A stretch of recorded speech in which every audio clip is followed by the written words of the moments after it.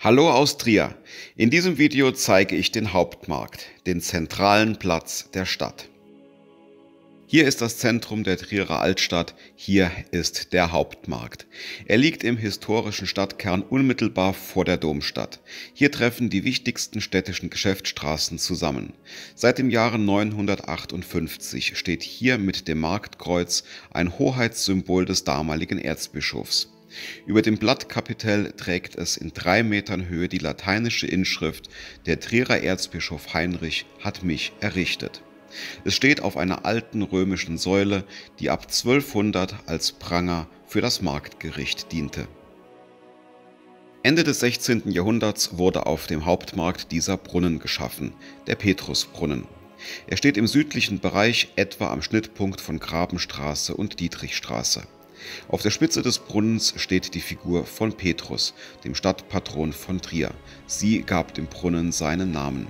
Das Becken ist sechseckig geformt, um es herum gruppieren sich die 4 Kardinalstugenden: die Gerechtigkeit, die Stärke, die Mäßigung und die Weisheit.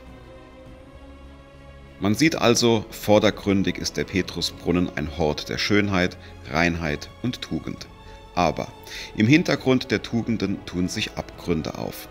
Was dieser Affe hier macht, kann man sehen, muss es aber nicht aussprechen. Dieser Primate hier blickt in den Spiegel, während er sein bestes Stück befummelt, und ein anderer Affe benutzt ebenfalls einen Spiegel, um in aller Ruhe sein eigenes Hinterteil zu inspizieren. Wer diese versauten Äffchen einmal entdeckt hat, der geht nie mehr an dem Brunnen vorbei, ohne sie bei ihrem Treiben zu beobachten. Im Übergang des Hauptmarkts zur Dietrichstraße sticht einem ganz besonders das Rote Haus ins Auge. Es liegt vom Marktkreuz und vom Petrusbrunnen etwas sichtgeschützt, aber es ist eines der markantesten am ganzen Platz. Es wurde im 17. Jahrhundert errichtet und nach Zerstörung im Zweiten Weltkrieg wieder aufgebaut. An der Vorderseite des Hauses steht eine lateinische Inschrift. Sie besagt: Eher als Rom stand Trier 1300 Jahre. Möge es weiter bestehen und sich ewigen Friedens erfreuen. Diese Zeilen beziehen sich auf die Legende der Trierer Stadtgründung durch einen assyrischen Prinzen. Hier sieht man nochmal das Marktkreuz, dieses Mal von der anderen Seite. Hier befindet sich ein Abbild des Lammgottes mit einem Kreuzstab und einem Siegesbanner. An den Seiten des Marktkreuzes wurde eine Darstellung des heiligen Petrus und eine Sonnenuhr eingefügt. Im Hintergrund des Kreuzes sieht man den Durchgang zum Trierer Dom. Verlässt man den Hauptmarkt entlang der Simeonstraße, passiert man diese 3 tollen Fachwerkhäuser. Im weiteren Verlauf der Simeonstraße gelangt man zu Porta Nigra, dem berühmten römischen Stadttor, die Sehenswürdigkeit von Trier. In eines der eben sichtbaren Fachwerkhäuser ist unten ein Tor eingelassen, die sogenannte Judenpforte. Sie mündet in die Judengasse. Hier befanden sich ab dem 13. Jahrhundert jüdische Einrichtungen und eine Synagoge. Mit der Verfolgung und Vertreibung der Juden im 14. Jahrhundert aus der Stadt endete auch die Geschichte des Judenviertels in Trier.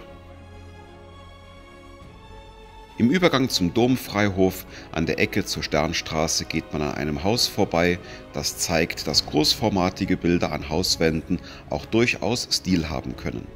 Hier ist auf den 4 Geschossen des Hauses auf 23 Feldern die bis 1800 in Trier übliche Karfreitagsprozession abgebildet. Auf den Bildern ist Jesus unter der Last des Kreuzes mit Dornenkrone und verzerrtem Gesicht zu sehen. Begleitet und getrieben wird er von bewaffneten Wachleuten, Zuschauer gaffen ihn an. Hinter ihm ziehen Spielleute, betende Priester, ein Chor sowie Ritter zu Pferde. Bei allen Tafeln fallen besonders die goldenen Mosaike ins Auge. In der Dachspitze im obersten Giebel wacht die heilige Barbara. Sie hat zwar nichts mit Karfreitag zu tun, aber sie ist die Patronin der Bergleute und die Firma, die dieses Gesamtwerk in Auftrag gegeben hat, ist im Kohlehandel tätig. Die meisten Besucher, die diese Straße entlang gehen, haben nur Augen für den Trierer Dom und die Liebfrauenkirche. Ihnen fällt die Schönheit dieses Hauses oft gar nicht auf. Es lohnt sich hier, die Menschenmassen für einen Moment zu verlassen, sich an den Straßenrand zu stellen und die Bilder in Ruhe zu betrachten.